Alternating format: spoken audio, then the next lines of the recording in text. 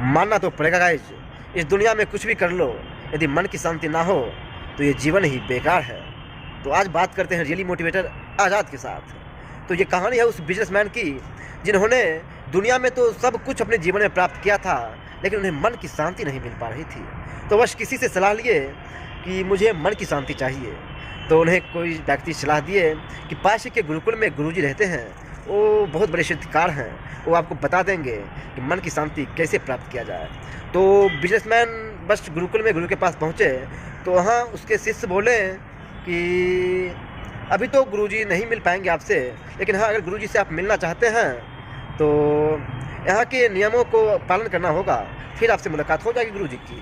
तो क्या था, बड़े बिजनेसमैन कठिन तो था ही, सुबह में जगना, गुरुकुल के सारे नियम पालन करना, फिर भी मन की शांति कैसे प्राप्त किया जाए, इन्हें तो लालच थी। तो ये सारे सिस्टमों को, नियमों को पालन किया। फिर एक वक्त आया कि गुरुकुल में गुरुजी से मुलाकात हुई। तो गुरुजी पहले दिन कड़कड़ाती धूप में उस बिजनेसमैन को बुलाए और कड़कड़ाती धूप में उन्हें बैठाए, और गुरुजी जाकर स्वयं छाँव में कुटिया में बैठ गए। पहला दिन का सिलसिला यूं ही चलता रहा।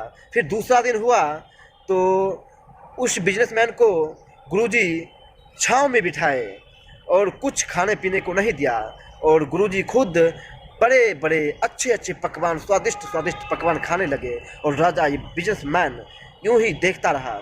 इन्हें गुस्सा तो बहुत आ रहा था, लेकिन कर भी क्या सकता था, इन्हें तो मन की शांति चाहिए था। और तीसरा दिन ये हुआ कि गुरुजी अच्छे पकवान, स्वादिष्ट भोजन भी उस बिजनेसमैन को खिलाए और छाँव में भी बिठाए।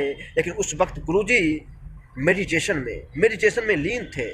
मेडिटेशन में बहुत बड़ा पावर होता है। आप लोग मेडिटेशन कीजिए, और कैसे करना है, क्या करना है, ज़्यादा जानकारी लेना हो तो नीचे कमेंट कीजिए।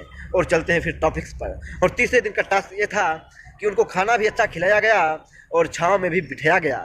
लेकिन गुरुजी मेडिटेशन कर रहे थे, तो बिजनेसमैन को कुछ समझ में नहीं आ रहा था, और वो आखिर पूछ बैठा गुरुजी से, गुरुजी ये आखिर हो क्या रहा है, मुझे कुछ समझ में नहीं आ रहा।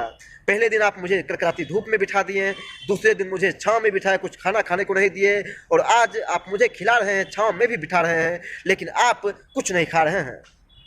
तो होना क्या था? गुरुजी बोले, यही तो है मन की शांति, कि तुम जब तक अपने अंदर कुछ खोज नहीं करोगे तो मन की शांति नहीं मिलेगा। अपने अंदर जब तक शांति नहीं ढूंढोगे, वो खुशियाँ नहीं ढूंढोगे, तो मन की शांति नहीं मिलेगा। ये दुनिया में देखने को बहुत कुछ है, ज्ञान बहुत कुछ लिखा हुआ है, कहीं कहीं दीवारों पर ज्ञान चिपका हुआ है, तो मोबाइलों में ज्ञान भरा हुआ है। लेकिन जब तक आप उस ज्ञान को अपने अंदर नहीं ढालोगे, अपने अंदर नहीं उतारोगे, तब तक दुनिया में आपको अपने जीवन में शांति नहीं मिलेगी।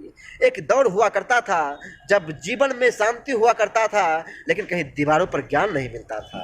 लेकिन आज का भी ये दौर है कि दीवारों पर ज्ञान बेशक मिल जाएंगे आपको, लेकिन हर एक व्यक्ति के अंदर ज्ञान नहीं है। तो कहना चाहूँगा कि दीवारों पर नहीं, मोबाइलों में नहीं, ज्ञान तो वो काम आएंगे जो आपके अंदर होंगे, और आप अपने अंदर ज्ञान को ढाकर ही अपने जीवन में खुशियाँ प्राप्त कर सकते हैं, अपने जीवन में शांति प्राप्त कर सकते हैं, अपने जीवन को अच्छी तरह से जी सकते हैं।